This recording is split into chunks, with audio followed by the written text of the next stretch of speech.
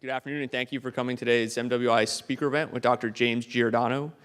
Dr. Giordano is a professor in the Department of Neurology and Biochemistry, chief of the Neuroethics Studies Program of the Pellegrino Center for Clinical Bioethics, and co-director of the O'Neill Pellegrino Program in Brain Science and Global Health Law and Policy at Georgetown University Medical Center. As well, Dr. Giordano currently serves as an appointed member of the United States Department of Health and Human Services Secretary Advisory Council on Human Research Protections. He is a researcher and task leader of the European Union Human Brain Project and has served as an appointed member of the Neuroethics Legal and Social Issues Advisory Panel of the Defense Advanced Research Projects Agency, DARPA, and Senior Advisory Fellow of the Strategic Multi-Layer Assessment Branch of the Joint Staff of the Pentagon. It's quite a bit. In his spare time, he has authored over 260 publications in neuroscience and neuroethics, 7 books, and 13 government white papers on neurotechnology, ethics, and biosecurity, and is an editor-in-chief of the International Journal of Philosophy, Ethics, and Humanities in Medicine. Dr. Giordano, thank you for joining us today. Thank you very much. No. Don't applaud now, wait till the end, because the performance pressure is much too severe if you do that. And my thought is you're probably not going to applaud at the end, but what I'm going to hear is the slamming shut of your sphincters with fear. That's good, that's been successful. It's a pleasure to be here, it's a real honor to be here. Is Cadet Yoshi in the audience? Hello. No PDAs, but I do want you to come up and say hello. Your mother says hello. Everybody has a mother, I know hers. So what we're here to talk about today is the fact that the brain is and will be the 21st century battlescape in many ways. End of story. We could stop it there and I could let you go back to your respective units and think about that for a while, but I'm here to tell you absolutely, as much as there's a big old Tyrolean nose on this face, that you will encounter some form of neurocognitive science that has been weaponized not only in your military career, but in your personal and professional lives, irrespective of whether those two things coincide or not. So the idea of the brain as the battlescape is very important. And more importantly is this other acronym that's up there, which is WMD squared. Please get used to this because this is going to be part of the idea of irregular warfare and ongoing military innovation in your careers. Weapons of mass destruction and disruption. Disruption and influence will be the key to creating peer capabilities and asymmetrical engagements. Let me say it again. It will be the key to creating peer capability in asymmetrical relations and engagements. If we talk about what brain science is, let me just give you a little bit of brief background on this field that is now called neuroscience. As a titular field, as a named field, neuroscience has only been in existence for 40 years. I know that because I've been a neuroscientist for about 38 of those 40 years. When I first applied to get into a program in neuroscience, there were only 4 neuroscience programs in the continental United States, 4. Right now, at this particular point, there are well over 200 dedicated university and collegiate programs, several programs at the junior college level, several programs at the high school level, and many, many dozens of independent think tanks and philanthropic organizations solely devoted to brain sciences. That's just here in the United States. Furthermore, what becomes critically important for you to understand is that brain science is not just a United States enterprise or effort, nor is it singularly an effort of the United States allies worldwide. Increasingly, it is becoming an international, multinational, global, and independently exercised event and endeavor, which increases the capability of the brain sciences to develop not only new theories, but ever more sophisticated tools. I like this slide a lot because what it presents for you, ladies and gentlemen, is essentially a century-long history of brain science, even before it was called neuroscience. Look, let's face it, for as long as human beings were looking in some reflective pool and recognized that the thing looking back at them was themselves, there was some interest in what makes me me, what makes me think, what makes me feel, what makes me behave the way I do and you behave and think the way you do. What is my sense of self? Do I have free will, and what is the nature of that? And how can we affect that in a variety of ways that go from the non-kinetic all the way to the kinetic? If we take centenary jumps into the era of the Enlightenment, we can see the great thinkers that came before and during the Enlightenment, inclusive but not limited to people like René Descartes, pondered the idea of what that means. Cogito, ergo sum. I think, therefore I am. The inverse of the statement that in many cases was implicit but now becomes ever more explicit is what makes me think. And if I can understand what makes me think and makes you think and makes you feel, then that understanding may in fact flavor, if not directly influence, the way you and I interact. But more than that, if in fact I understand how it is that your brain does what your brain does, I may be able to access your brain and affect your brain indirectly and directly. And what this allows us to do is to create tremendous potential and possibility and probability, potential, possibility, and probability of what the brain sciences can do and will do. Remember these three letters, A, and A. Keep them as your viable mantra for the duration of this course, today, and throughout your professional careers and each and all of the opportunities that you have to interface and try to understand the power that the brain and cognitive sciences can yield. A, the ability to assess the brain and its functions. A, the ability to access the brain on a variety of levels, from the subcellular all the way to the social. And A, the ability to affect the brains and the individuals in which those brains are embodied and the ecologies in which those individuals enact, engage, encounter, from the level of the individual to the group to the community to the populational. Look at the power that understanding tools and techniques of the brain sciences afford. It's there before you on the screen. Obviously, if in fact this gives me some insight to the way people interact, inclusive of the way they may interact in bellicose, aggressive, violent, and volatile ways, and it also confers upon me certain powers to be able to influence that, alter that, change that, mitigate that, then clearly I'm able to use the brain sciences, as we have tried repeatedly in the past, to influence the postures and capabilities not only of our own individuals who are engaged in warfare, intelligence, and national security operations, but those who seek to threaten us. In other words, we can utilize these things in national security, intelligence, and defense. Please look at the timeline. A mere 10 years ago, in 2008, the National Academy of Sciences National Research Council convened a group to create a report dedicated to if and why and how brain sciences might be viable, valid, and of value in national security, intelligence, and defense operations. And in 2008, they did a 5-year retrospective and came to the conclusion that although these things may be valid, their relative viability and value at that particular time rendered them not ready for prime time play. Our group, working with others internationally, inclusive of the Nuffield Council in the UK, proceeded forward from 2008 and did a slightly deeper dive, looking at international capabilities, limitations, and delimitations in the brain sciences, and came to a very, very different set of conclusions. Not only were the brain sciences increasingly being considered, interested, and used for possibilities of national security, intelligence, and defense, but they would continue to be so as more and more countries internationally developed the capabilities and the specialized agendas to be able to look into the brain and affect the brain. So much so that by 2014, the exact same committee reconvened and recognized at that time that the brain sciences indeed were ready and in operational prime time for warfare, intelligence, and national security agenda. In other words, it is valid, valuable, and already in operational play. The brain is the current and future battle space, or at least one that can be leveraged in those ways to be able to create tremendous effect with fairly little investment of engagement. In other words, what it allows us to do is assess the brain, access the brain, and affect the brain.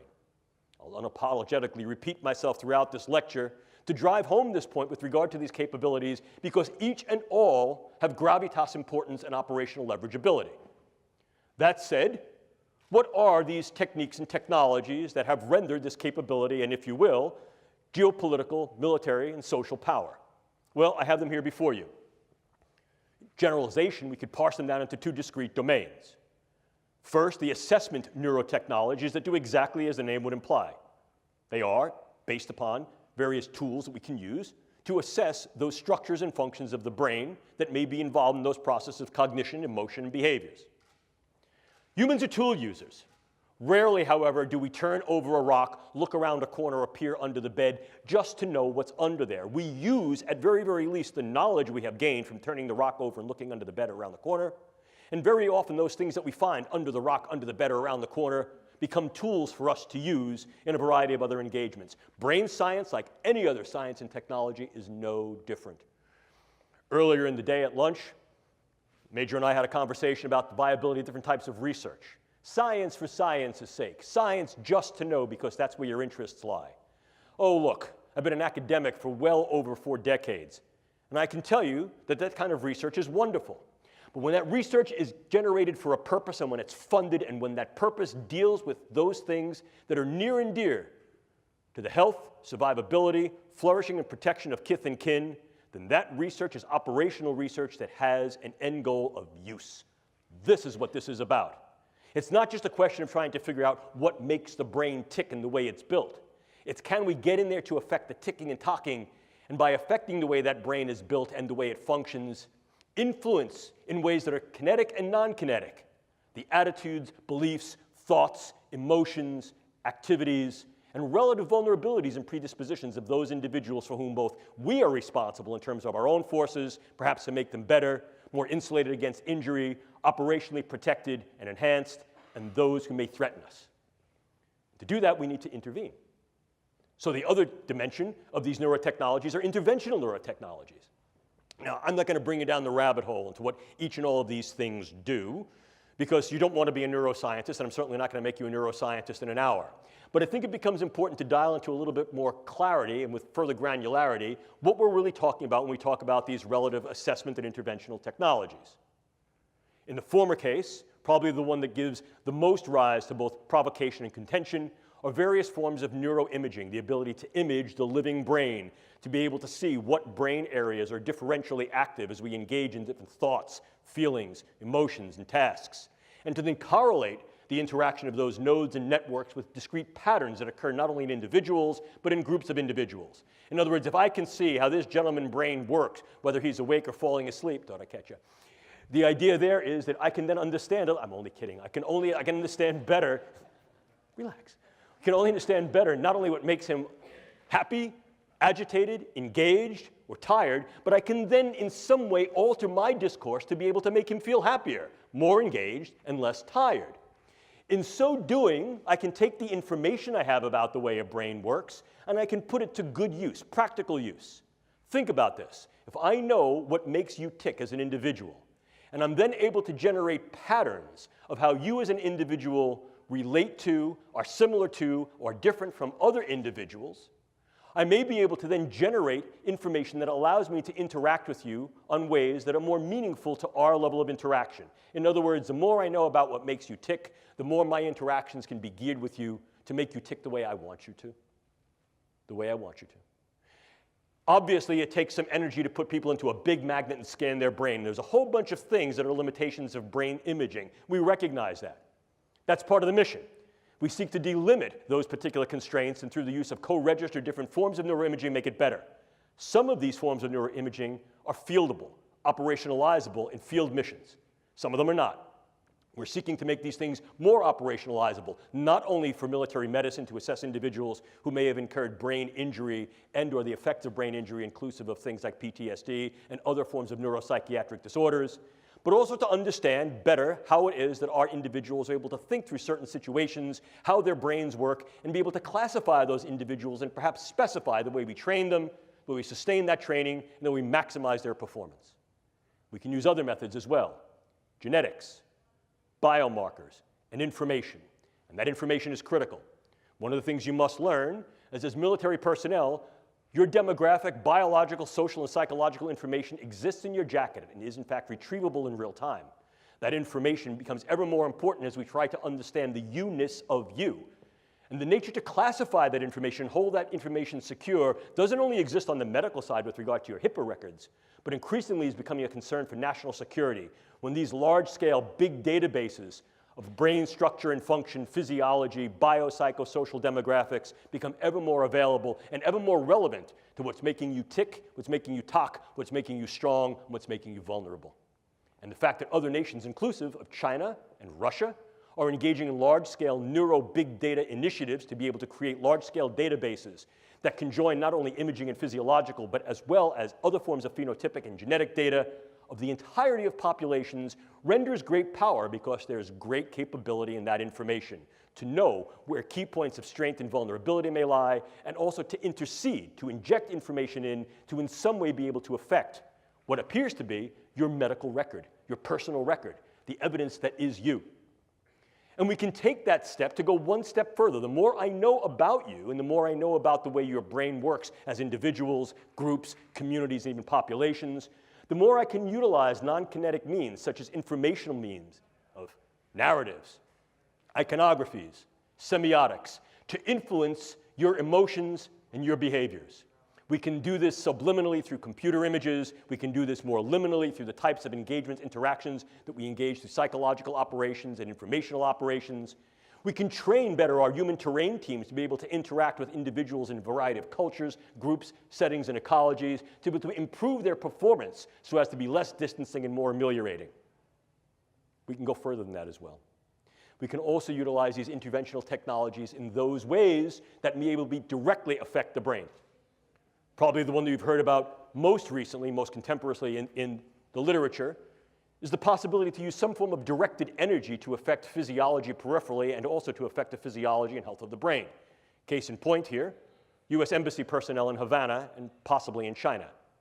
And of course, there's not a lot that I can tell you about that, although I am one of the researchers on that particular project. But this seems to be wholly indicative and supportive of the fact that this was at least some form of directed energy, whether it was wholly intentional or not, still remains to be definitively decided. However, the pattern of insult and injury to those individuals and the pattern of injury of who was affected strongly suggests that this was an intentional and directed engagement, and that this represents a beta test, a possible probe of a directed energy neuroweapon. And there are a number of countries that have developed initiatives and agenda towards developing just these types of things, the United States included. But you also have a whole host of other things that can go bump and bang in your brain. The more we understand the specificity of the brain on a very granular level, the more we're able to derive and develop particular types of drugs that not only can enhance and optimize the performance of our people, but can also be used to mitigate, militate, and in some cases manifest profound morbid changes in their people. In other words, against a hostile other. Drugs can be exceedingly specific, and as I'll show you in a moment, can be very, very much used to individualize weaponology in terms of what we call precision pathology or precision effect. We can go further. Clearly, one of the things we can also do is transcranial neuromodulation, the idea of going through the skull to modulate the node and network activity of the brain, to optimize the performance of key individuals in certain tasks and performances that are relatively to their missional space. And we can also do that against hostile or perhaps belligerent others. We can go further to implant certain brain-machine interfaces. These are many of the DARPA programs that you may hear of now. Probably the one that is most notorious, in a very good sense, is something called the N3 program, which is the non-invasive neurosurgical neuromodulation program being run by their program manager, Dr. Al Mundi. The idea here is to put minimal-sized electrodes in a network within a brain through only minimal intervention to be able to read and write into the brain function in real time, remotely. The United States is not alone in such efforts. And then, of course, you also have the things that are a little bit more traditional. If we talk about things that can be operable in the biochemical space, we ordinarily talk about drugs, bugs, toxins, and ever more, we're considering devices. At the last Biological Toxins and Weapons Convention, the RevCon, it was then raised by the Australia group that we need to be a little bit more salient in our attention to those possible neurotechnological devices that may be able to be weaponized. Our group has also argued that the current considerations and extant categories of the Biological Toxins and Weapons Conventions are not detailed enough to be able to appreciate or keep pace with the advances in this form of science that can be weaponized that poses a risk and threat on the battle space. So, how then can we use these elements as weapons, means of contending against others? Formal definition of a weapon, right out of the Oxford Old English Dictionary. Means of contending against others. And we can do that in a number of ways. We can militate their behaviors and their thoughts in some ways as to make them more amenable to what we do, the idea of positive weaponology. Or we can, in fact, mitigate and in some cases completely nullify their capability, will, or engagement to fight. If we combine those two definitions into one, what we find is those agents that will either change individuals' thoughts, vulnerabilities, volatility to violence and aggression, or incur morbidity, dysfunction, and or mortality in such a way as to then mitigate the engagement altogether. You still with me? That said, we can break down any form of weaponology into two discrete categories: soft weapons and hard weapons. In the former categorization, soft weapons include but are not limited to such things like economic leveraging to create economics, market values, market presence, presence at international bargaining tables to develop international power and leverage as a soft weapon. Clearly, the more we're able to make an impact in a field, in a dimension, by virtue of research, medicine, technology, infiltration into a variety of areas of the public space, the more we're able to yield economic strong-arming, economic leveraging. I think an important consideration that I'll reiterate later in this particular lecture is that there are countries outside the United States and or the West that are increasing their capabilities by intent in the brain sciences so as to be able to gain this type of economic leveraging in international global markets, in medicine, science technology, and the military. Most notably among them is China. We'll talk more about that momentarily. But we can also utilize weapons in more of a soft approach, as I mentioned earlier. The more I know about what makes you tick, the more I might be able to do things like weaponize the approach that I then take towards you in my interactions and engagements with you.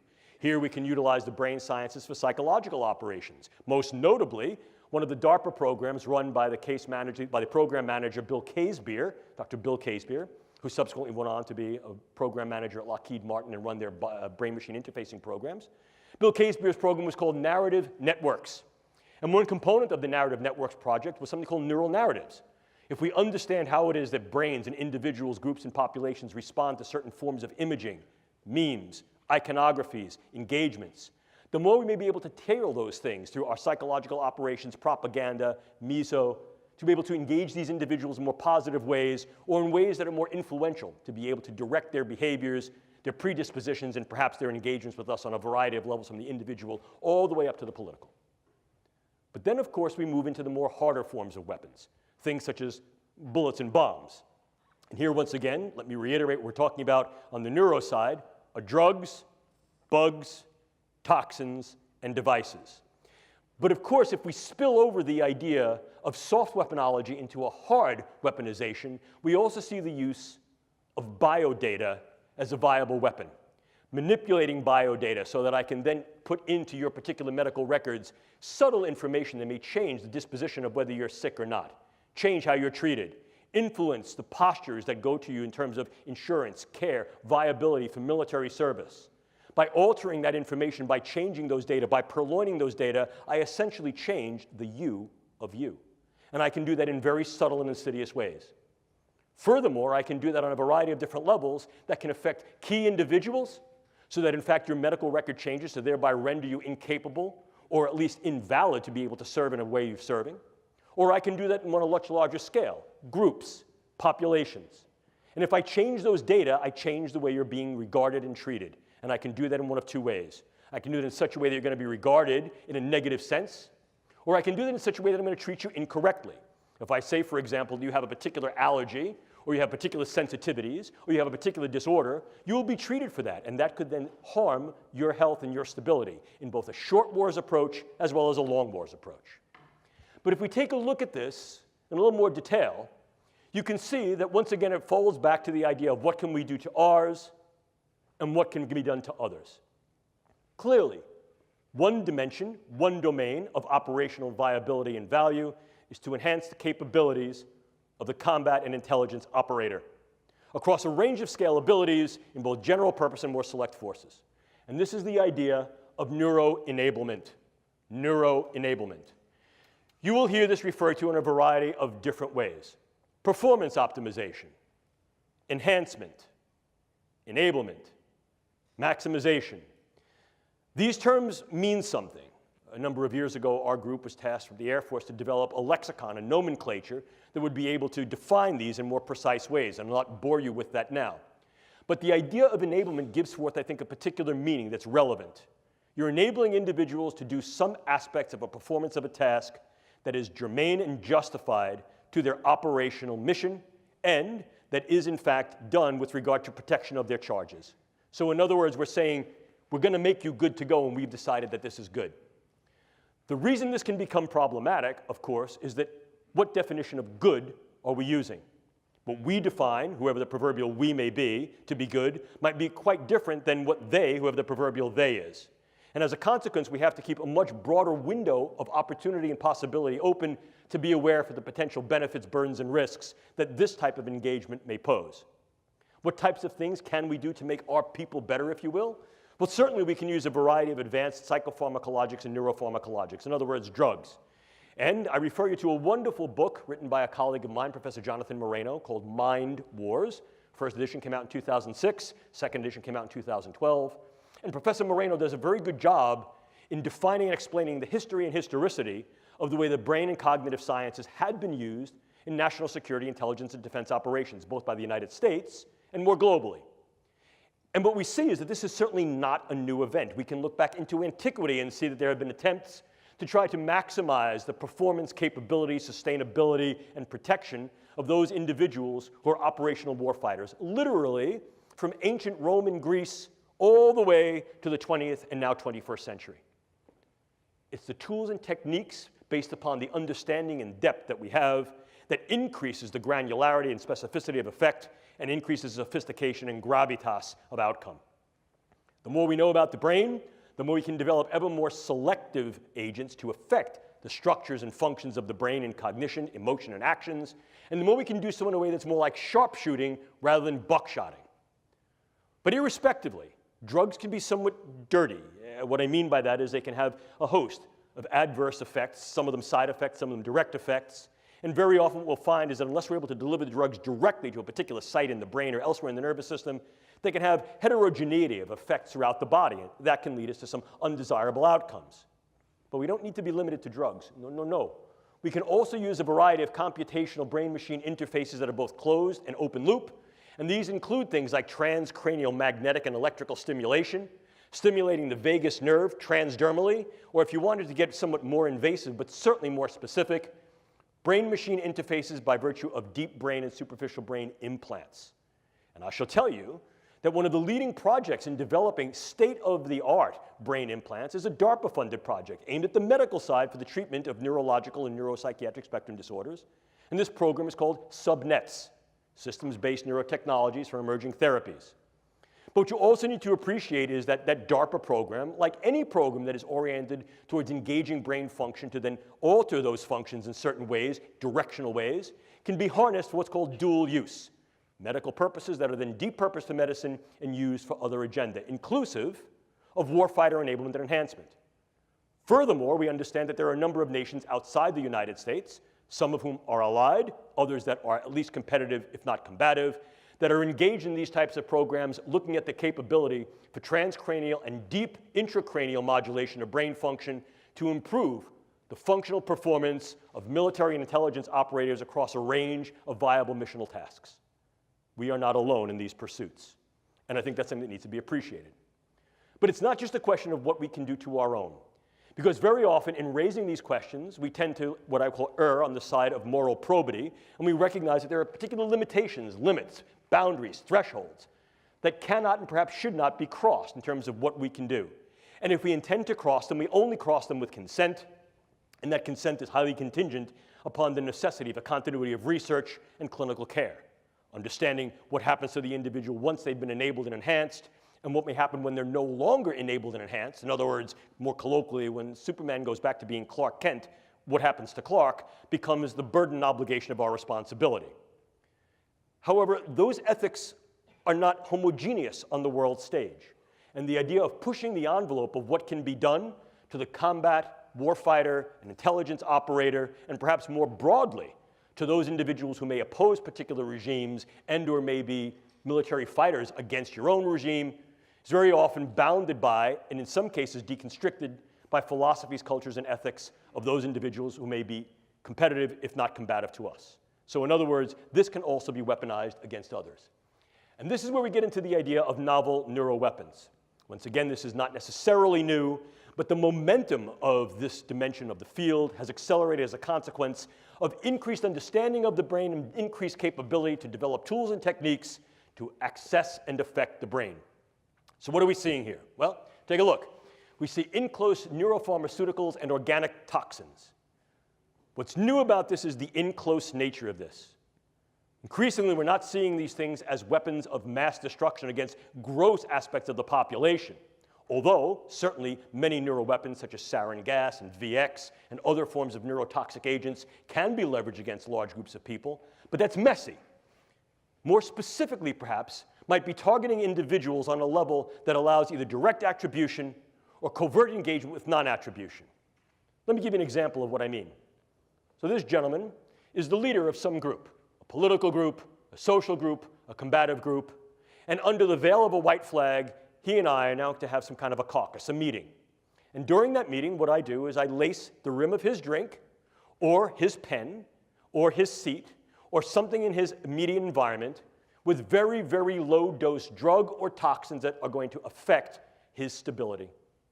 They may affect the way his brain works, and as a consequence of that, they can affect the functions of his brain, his thought patterns, his relative emotionality, and the behaviors that go along with that. One of two things might happen. He might be completely incapacitated as a consequence of this, or he may change his level of capacity and engagement so that he went into the meeting thinking, I hate this guy's my enemy. He walks out of the meeting going, I love this guy's great. Now what could happen? If in fact this is a gentleman who has charismatic, financial, elected, or dictatorial power, it may be that his followers will then follow him blindly. He came into the meeting as a leader of those followers who were bellicose, who were volatile, who were violent and aggressive. He comes out of the meeting and he tells them to change their behaviors, and they do. Or I could sever the trust. By now, he leaves this meeting, he's espousing a very different philosophical stance and orientation, and his followers no longer adhere to his precepts, his tenets, or his lead, and I fractured the relative arrangement of trust, engagement, capability that he fostered, leaving that population disrupted and vulnerable to intervention, to a coup d'etat, to a junta, to some type of insertive reassumption of leadership. You see how this can work? Furthermore, I can use this very tactically. Some of these agents allow me to assemble the agent on site and not have to stockpile it, which allows me to take the components of this agent into and out of a country relatively covertly, target a specific individual, change or eliminate that individual with very little attribution and trace, and be able to leave prior to any attribution. Think Novichok. Or I could assemble very small quantities of this that would then allow a specific intervention, characteristically in a place that would not allow such an intervention. Think of the use of a derivative of Vx in an airport. But I could do more than that. I could also incur much broader type of ripple effects. And one of the ways I could also do that is with what's called high morbidity neuromicrobiologic agents. It's a real fancy way of saying neurobugs. But high morbidity neurobugs. I may not want to kill a lot of people. In fact, arguably, I may assume what is sometimes referred to as the Sailor-Malin mantra. For those of you who may be fans or students of military history, you may remember that Sailor-Malin, Wing Commander Sailor-Malin, was a South African who flew with the Royal Air Force during the Second World War. And he became well known during the Battle of Britain for shooting up German airplanes but letting them limp home, particularly bomber aircraft. And they would ask Sailor-Malin, oh, Wing Commander, why didn't you shoot that plane down? And his adage was simple. Better to have that plane return home with wounded crew who are spitting up their lungs, one dead crewman that they had to attend to and therefore divert their missional capability while in flight, than shoot them down. Because the psychological effect will be rippling and devastating. This is sometimes referred to as the Malin effect. What can I do? I can use a particular bug that I may be able to now modify through the use of gene editing technique that is ubiquitously available and fairly easy to use to take a bug that was previously relatively benign and non-pathogenic and make that bug virulent, pathogenic, dangerous. And then what could I do? I could introduce that bug in key sites. Des Moines, Seattle, Tampa, Newark, Houston. I'd get a few people sick. I'd do it on an airplane, do it at an airport, do it at a sporting event, do it on Black Friday. And then what I would do is I would take credit for that, but I'd want to make sure that at least part of the symptomatic constellation was not only neurological, was profoundly psychological. Agitation, debilitation, sweating, stomach problems, sleeplessness, cardiac problems, things that are what we call top-down neurological in their effect, brain to body and body to brain in the bottom-up cascade. Then what I would do is I would get on the internet, and I would put out over the internet, I did it. Oh yes, I'm that dangerous G group that you should all be afraid of. And in fact, this is far more ubiquitous than I let on. These are only the first cases. I've let these buggies go all over the country, and your early warning signs are agitation, anxiety, worry, sleeplessness, stomach problems, heart problems. What have I done? I've rippled the sheets of the worried well. At first blush, I get every hypochondriac running to their physician, but at second and third blush, I get those individuals who begin to become worried that they may have been exposed to this, that their children may have been exposed to this, that their loved ones, their kin, their kith may have been exposed to this. Of course, the physicians, the CDC, the Public Health Service comes back and says, no, that's not what's going on. But I get back on the internet and I say, oh, don't you listen to that. That's fake. That's false. Your government knows what's going on. They can't do anything about it and they can't treat you. They're going to end up quarantining you. How many people would I need to affect? We modeled it. Somewhere between 12 and 240. What would be the effect? Hang on, folks. Within 41 to 45 days, we would crash the United States public health system. Crash it. In so doing, I render the United States infrastructure vulnerable, either there or elsewhere. See the ripple effect? See the disruptive effect? I can disrupt an individual from the level of their cell to their system, and disrupt individuals on a variety of levels, from individuals all the way up to the social fabric. And that social fabric may go even further. It may be geopolitical. I need you to think just for a moment, if you could, why would it be of any value at all to affect, disrupt, and disable individuals who are U.S. Embassy personnel in Havana? When did it happen? What was happening? What would be the benefit in fracturing a growing economic, political, and social trust in that part of the world? Who would benefit? What would be the long-term effects, for example, of at least indicating that U.S. Embassy personnel and Foreign Service personnel are vulnerable to these types of threats? Could you, in fact, pair the threat with some type of conditioned stimulus? So now what you're able to do is to evoke a response in the worried well. I only offer possible suggestions for your speculation and your consideration, if you will. We can even go further. One of the newest developments is that nanoparticulate matter can be stabilized for distribution. If you're not aware of what nanoparticulate matter is, it's that matter which exists on a scale of 1 × 10⁹. Very, very small. Smaller than a cell. And we can manufacture materials that have discrete properties that can be controlled by virtue of bioengineering and their physical chemistry.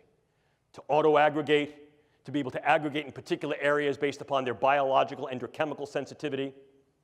But now we go one step further. Most recently, just a few weeks ago, it was announced that you could then aerosolize nanomaterials. And go one step further, I can create small robotic units, controllable robotic units at the nanoscale, and that these too can be aerosolized to create a nanoswarm of biopenetrable materials that you cannot see, that can penetrate all but the most robust biochemical filters, that are able to integrate themselves through a variety of membranes, mucous membranes, and wherever, mouth, nose, ears, eyes, can be then uptaken into the vascular system to create clumping, can affect the vascular system of the brain, or can directly diffuse into the brain space, and these can be weaponized. And they can be done in such a level that their presence is almost impossible to detect, and as such, the attribution becomes exceedingly difficult to demonstrate. How much of this material would I need? Take a look. This is the front of my pen. This amount of nanomaterial, if be able to maintain and sustain with regard to its deliverability and aerosolization, could in fact affect all of you, or based upon where I come from, New York City, all yous. Look at this. Look at this. I'm carrying that material. Would you see it? Would I have to lug a giant weapon into the room? No, I wouldn't. And what if, in fact, I utilize some form of an unmanned aerial device or unmanned ground device as a delivery vehicle? Something like a drone or a bug. Could I do something with that? But let's keep going. Could I also utilize a whole host of devices to be able to affect individuals close in, for example, during interrogations, during social engagements, during human terrain team engagements, or more remotely, in a room, in a theater, in an airplane, in a bus, in a store, in a mall? The answer is increasingly yes. So this then represents for us both a challenge and an opportunity. The challenge is that increasingly what we find is that neuroscience and technology is relatively easy to obtain. Many of the things that I've just spoken to you about are viable and obtainable directly to the consumer or directly to the scientist. We also know that many of the products that are available direct to consumer can be easily modified to create things that have a much higher weaponization potential. But more than that, we also recognize that there are dedicated efforts on the part of nation states and even groups of non-state actors and increasingly virtual nations that are using virtual currencies to fund research efforts in these areas. I'd like to think that I'm a smart guy talking to a bunch of very intelligent individuals, but let's face it, we're not the only smart people in the world. And if we're thinking this way, there are plenty of other people who are thinking this way too.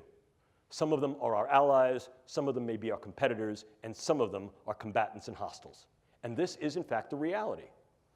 Furthermore, we recognize that the goal, particularly among the actions of the United States and her allies, is to fight for right and honor, but to keep our own honor clean, to take the moral high ground, if you will.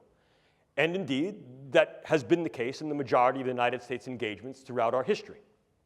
However, one of the things that may creep up here is that there's something of an abrogation, a prohibition, a proscription against engaging this type of research and its possible translation in the civilian sector. You heard earlier in the very nice introduction that Captain Bender afforded me that I've had the opportunity to work with the European Union Human Brain Project, specifically as a task leader for dual-use brain science. And one of the considerations that grew out of that was that absolutely none of those projects in the Human Brain Project, again, a multinational effort, can and should be uptaken into warfare, intelligence, and national security agenda. That's viable enough. The idea there is that these things should be used for only peaceful means. However, this also creates a challenge. And the challenge is simple. If, in fact, I choose not to train in particular ways, I choose not to train 3 days a week, if, in fact, those individuals who may choose to then conflict with me will then train in the ways that I do not and train on the days of the week that I will not, they may opportunize a select advantage. What do we do about that? Again, I think it becomes at least a problematic issue for discourse because we recognize that in many cases the civilian sector not only is not amenable to engaging in this type of research, certainly many are, but in some cases should not engage in this type of research for those very proscriptions that I had alluded to momentarily. However, the question then becomes, how do we appreciate the international challenge, risk, and threat that the advancements of the brain sciences and cognitive sciences offer for global weaponization with the brain as the next battlescape? Clearly, it defines some type of a solution space, and there have been those that have posited, myself included, that there should be more directed, more detailed, and more dedicated government efforts in this particular domain, so able to advance the brain science in ways with sustainable funding to understand what the potential risks and threats are, and to develop a stance of preparedness. This becomes increasingly important when we take a look at those countries that have notable and identified programs of high level of investment of GDP and or other levels of economic investment to advance the brain sciences in those ways that are either directly usable or have some, what I would call, explicit dual use capability. An important consideration that I want you all to bear is that current estimates based upon trend analysis is that by 2025, greater than 50% of research, development, test, evaluation, and possible use of brain sciences in general will occur outside the West. Outside the West.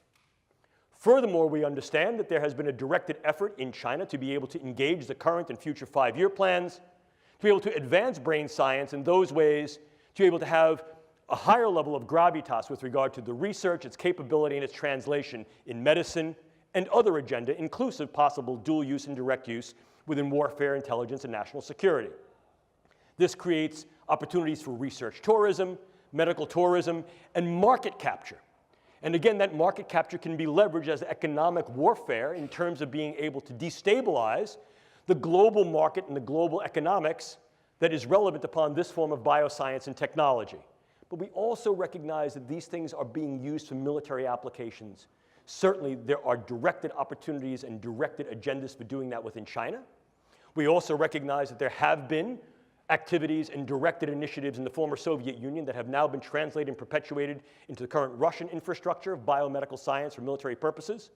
And a number of other countries have directed efforts in this space, inclusive of Iran, North Korea, India, Bolivia.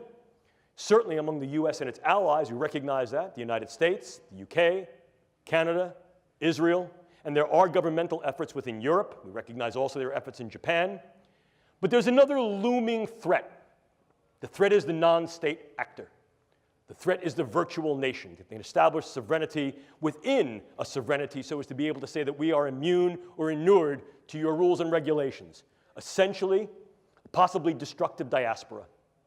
And increasingly what we're seeing is the use of Bitcoin currencies and the like allow the finances of these types of things to be sustained in ways that were heretofore economically unimaginable, if not incapable. So as a consequence, what we're recognizing is that the threat parameters, the risk parameters, as well as the challenge and opportunity parameters are growing. We're equally concerned about the do-it-yourself community, not because this community of biohackers represents an inherently malicious or nefarious group, but because of their relative vulnerability to infiltration. And we recognize that to such an extent that at present, the Federal Bureau of Investigation in this country has dedicated ongoing efforts to try to maintain continued communication, interaction, and engagement with this community so as to be able to better surveil their relative vulnerability to purloinment, infiltration, manipulation, and misuse. Clearly, if we're looking at these things as possible destructive weapons, the more characteristic or classic criteria of drugs, bugs, and toxins meet at least some of the extant categorizations of the biological toxins, weapons, and chemical conventions. However, as disruptive agents, as those agents that may be assembled, developed anew, that do not meet these criteria, you can then get skirting of these extant treaties and these extant signatory documents, and as a consequence can develop these means, these methods, tools, and technologies essentially below the radar.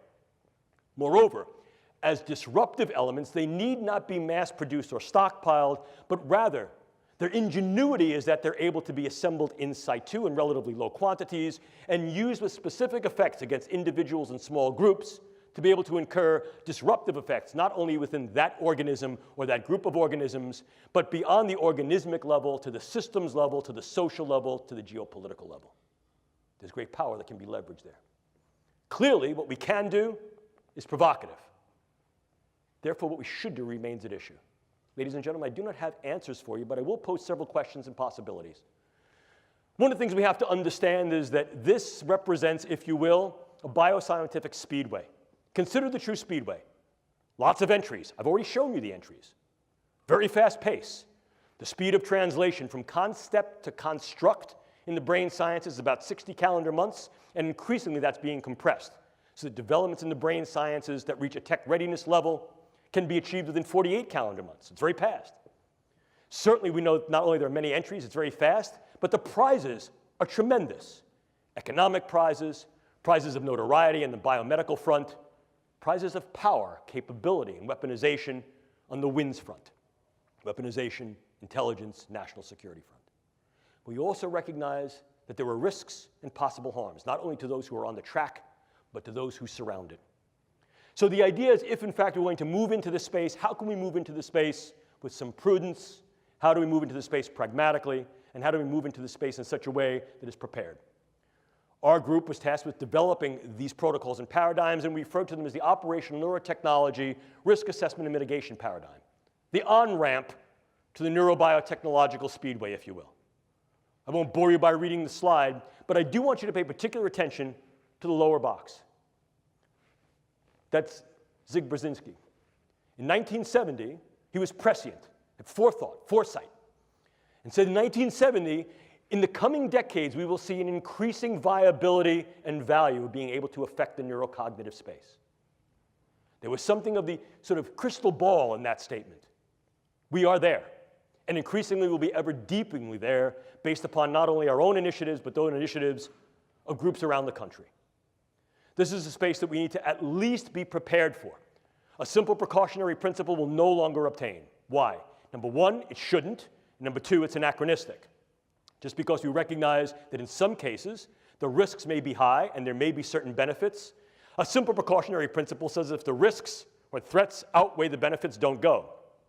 However, we need to also be equally preparative and take a more advanced precautionary principle that says we must examine the potential, the probability, and the possibilities of what those risks and threats are relative to the benefits of a stance of preparedness. And preparedness very often includes engaging the research to understand how these things work and how they can be used. How do we do it? Well, these are some of the contingencies that I offer simply as proposition for you. I ask you to consider them. Number one, what is the technical rightness of any and all form of neuroscience and technology in these types of agenda? What are key situational variables that may be germane to its use or non-use? Is there evaluation or some revision of the various ethical concepts that may be able to guide these uses in practice? And might we need to develop, in some cases, new frameworks, new foundations of ethics that are more applicable, given the fact that the science and technology may be running at a speed to which our ethics and policies may not yet be apace? I'm not going to bore you with these contingencies, but what I want you to do is pretty much go down to the very, very last one. The idea here is can we utilize neuroscience and technology? And if the answer is yes, we can, should we? And if the answer there is we already are, and there are some domains and dimensions by which use should be advocated, for example, non-lethality, least harm, doing less harm than other forms of interventions and engagements that are currently in use, being able to mitigate individuals' capacity or willingness to engage in volatility. In other words, improving the capacity for individuals to gain capability to get along. Well, perhaps there's some value there.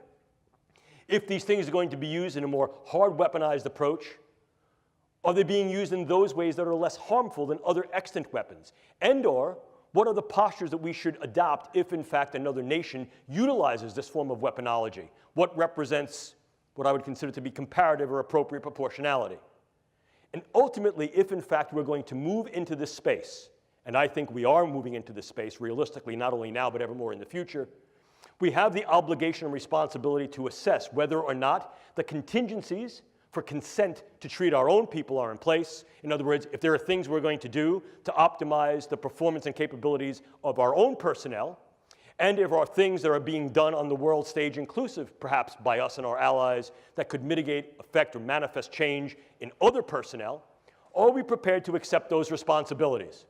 The responsibilities for ongoing research, the responsibilities for ongoing clinical care, not only of ours, but internationally, because of the role that the United States and our allies plays, and because of the need to take an upstanding moral front with regard to the fact that as we develop weapons, and as weapons are developed by us, our allies, and by others, the preparedness stance says we must also be equally assumed, equally in position to be able to not only counter those weapons, but mitigate and treat the effects that those weapons incur. And in fact, historically, very often what we've seen is that that has been the interesting march of science, technology, and medicine, where advancements in medicine very often arise as a consequence of the possible utility of various forms of science and tech to be weaponized and the damage that they incur. But the question still comes up, ladies and gentlemen, what ethics shall we use to guide research, test, development, and perhaps utilization of neuroscience and neurotechnology in these agenda and initiatives? Clearly, here in the United States, as with any open society, our military has relative transparency to the polis for our intents, our goals, and our operations. Absolutely, certain things are held confidential and classified. You don't show the other team your playbook on Friday and expect to win the game on Sunday. Yes, of course. And information we may understand about what they're doing by virtue of our deep and our intermediate surveillance may also be kept close to the chest, if you will. But the transparency of military intent, operations, goals, and interventions here in the United States has been paramount to the nature and fabric of our infrastructure, our politics, and our government. And the same is true for our allies. So at least part of this needs to be at least relevant to, afforded by, and guided through civilian ethics. Why? Because in many cases, it is the civilian institutions that to date have been involved in at least some of the research and development that can be uptaken into dual or direct use agendas. And as such, these things are subject to, and I think validly subject to, civilian ethics of science and technology or biomedical ethics. But if we move increasingly away from that, if we say that indeed the proscriptions and prohibitions, such as those that are being proposed and leveraged by the European Union Human Brain Project and throughout the world by things like dual-use research of concern treaties, such as that which was developed at Asilomar, are taken to heart, And civilian agencies, institutions, and organizations are essentially sort of debanded, disbanded, debarred from their engagement in these types of activities. Who then will uptake the torch? Increasingly, there's been some interest, consideration, and real discussion as to reinvestment in government agencies and government-sponsored agencies that are specifically and explicitly dedicated to these pursuits. So to avoid any confusion what the intent is, and to also avoid any confusion as to who's doing what. We don't want to get another scenario, such as we do with Robert Oppenheimer looking at the first test of the atomic bomb and going, "What have I done? I am death." Dr. Oppenheimer, what did you think you were doing? We don't want to have those confusions. We want to make sure that, in fact, those who engage the brain sciences for biomedical purposes of wellness, lifestyle, and enhancing the human condition are not necessarily confused with those who may then uptake these things into WIN's agenda. But if that's the case, and these things are moving more into governmental institutions, organizations, and initiatives, are civilian ethics even viable any longer? And if we engage military ethics, what military ethical principles will we engage? The use, development, research, surveillance of these particular things for just war? And if, in fact, these things are not used in a strictly warfare fashion where war is declared by the use of these agents, yet they still tend to be bellicose or disruptive, can we then say that we can justify their use? In other words, not just a just war, but their just use within this frame of conduct, whatever this may be. And/or can we revive another older and less known tradition, which is called jus contra bellum, which is justification for the use to prevent warfare. Here, the use of the neurocognitive sciences and intelligence, human terrain teams, psychological operations such as narrative networks, may be viable to de-escalate the volatility and vulnerability towards violence and combativeness. But again, we need to consider to what level we will engage this and whether or not the current ethics that we have in place are viable and valuable to do this, and how these things can then be rendered on the international scale. Because if, in fact, this is going to demand the multinational global discourse that it will, then clearly the global relevance of any ethical approach needs to be considered. And ethics very often is said to have a big mouth but no teeth, but policies and international law has choppers that can, in fact, be retributive and can bite. What do these developments then incur for ongoing iterations of the Biological Toxins and Weapons Convention, as well as other treaties, policies, and international laws that may help to guide, direct, if not regulate and govern the use of these particular implements? So the situation we're faced with, ladies and gentlemen, is as follows. As we begin to untangle the Gordian knot of the brain through the development of neuroscience and technologies, we've come to the precarious position of opening the proverbial can of worms of if, how, in what ways, to what extent, and when these techniques and technologies will be used in weaponized intelligence and national security agenda. I submit to you, ladies and gentlemen, that can has already been opened. It'll be our job, and increasingly your job, to be able to navigate this new terrain, this brave new world, and what it incurs. This is Atlas. And the idea of Atlas was that Atlas balanced the integrity and well-being of the world upon his shoulders. I disagree. Atlas of the 21st century, as you see here, balances the world upon her head. What we know about the brain, what we're able to do with the brain, and of all those organisms that are embodied and have one that exist in their various environments, cultures, and ecologies. Because the brain sciences and its technologies confer tremendous capability of knowledge, intervention. With tremendous capability comes tremendous power. And with tremendous power comes great responsibility. Look, that phrase is good enough for Spider-Man, certainly was good enough for Goethe and Nietzsche, certainly good enough for me, and I hand that off to you. Because, ladies and gentlemen, as I started this, neuroscience puts the brain at our fingertips. Whether that's to help, to heal, or to harm, is simply the effect of the human condition and how we put this to play. You will, in your professional careers and your personal lives, see the brain sciences ever more infiltrated and integrated, not only into the battle space, but to the bedside, to the boardroom, and beyond. They will be a part of your realistic lives in the way we engage each other, regard each other, treat each other, interact, and perhaps enter into combat. Understanding the brain sciences and their power will become one of your obligate responsibilities, not only as military officers, but as civilians of the 21st century global space. I like to end a lecture like this usually by giving you a little personal story. My dad, former Navy man, was an engineer. And one of the things Dad liked to do was to build stuff. He liked to tinker. I still like to tinker. I like to work with tools. And my dad was a really bright guy. One of the things he did when I was a kid, he'd come home every month and bring me a new tool, teach me how to use it. So that in fairly short order, as a young kid, I became pretty adroit, or at least I thought I was adroit, with using tools. And with all of the impulsiveness and zeal of youth, getting a new tool with only partial knowledge, I remember one day Dad came home and he said to me, "Jim, here's a brand new tool." And I took it from him. I said, "Thanks, Dad," and I went to go running off. My dad put his hand on my shoulder and he said, "Jim, slow down. Measure twice. Cut once. Sometimes you can't go back." Ladies and gentlemen, these are the brain sciences. They can and they will increasingly be used in national security, intelligence, and defense agenda globally.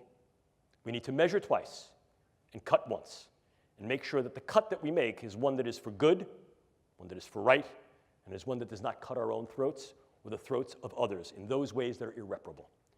I leave you with my father's wisdom. These are some of our white papers that we've submitted to the Strategic Multi-Layer Assessment Group of the Joint Staff of the Pentagon. I can make these slides available to you. These are now all open domain and available to your perusal.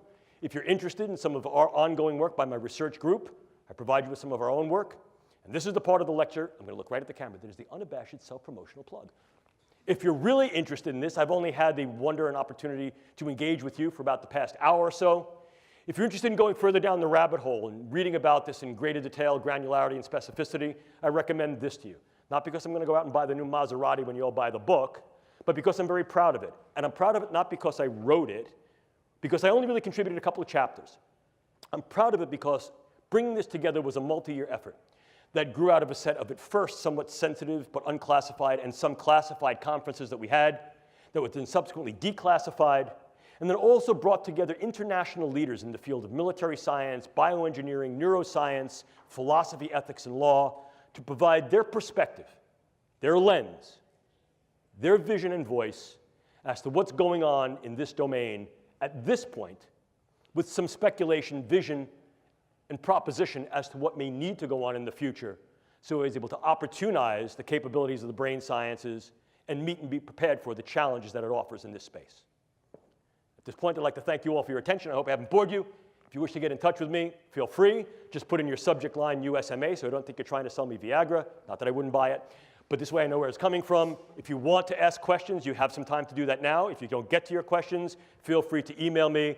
I will email you back. It may not be that day or even that week because I may be busy or traveling, but I will, in fact, email you back because that's my obligate responsibility to you.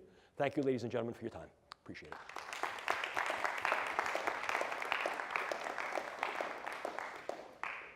If you guys have any questions, we have about 5-10 minutes. Yes, sir. Not really a military question. I'm just curious what you think of Michael Pollan's new book and the role of psychedelics in society.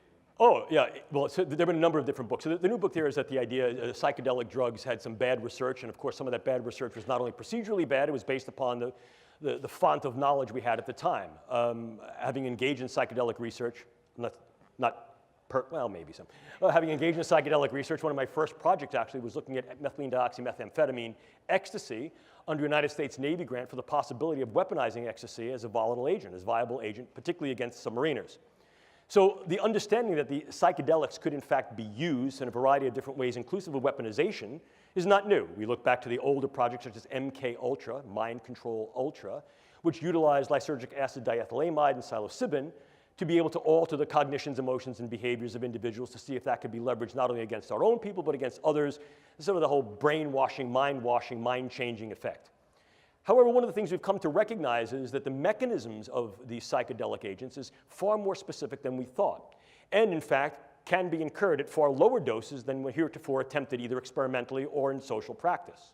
So there's a regenerated interest, a revivified interest in re-examining the mechanisms and effect of these psychedelic compounds, inclusive of lysergic acid diethylamide, psilocybin, dimethyltryptamine, as well as some that are sort of like borderline on what might be considered a psychedelic, such as the affiliative drugs like MDMA, at microdoses or sort of intermediate microdoses, not only to treat individuals who've had particular neuropsychiatric spectrum disorders, and there's a growing body of research that would suggest that even one-time administration of a therapeutic dose of LSD or psilocybin and/or MDMA may have very profound therapeutic effects against certain forms of PTSD, intractable depression, and beyond the military framework, even certain forms of psychosis. We also recognize that these things may be useful in treating forms of TBI, treating other forms of psychiatric and neuropsychiatric disorders, and may also be viable as performance enhancers, particularly if given in a very specific regimen at a very controlled dosimetry. So to think like so many other things, the more we're learning about the brain suggests to us not only what we know, but what we didn't know, some of the errors in our previous ways of experimentation and empiricism, and that allows us to revisit these things under a newer and I think more granular perspective that I think may demonstrate certain benefits, as well as giving rise to concern about certain burdens and risks. So I think that it certainly warrants continued research, and I think that we need to be cautious in how we interpret that research and its translational effect, but I think there's great benefit to be gained there. Did I answer your question? Other questions? Yes, sir. So I had a similar question. So in regards to the enablement of the warfighter or intel operator, do you think one day the military will change its stance towards legalizing the use of pharmaceuticals or nootropics such as modafinil or Adderall to... Yes. Yes. In fact, I can tell you some ongoing research that's being done now by the Air Force Research Laboratory that's looking not only at the comparative use of what's called nootropic agents, as you said, modafinil and some of the newer ones.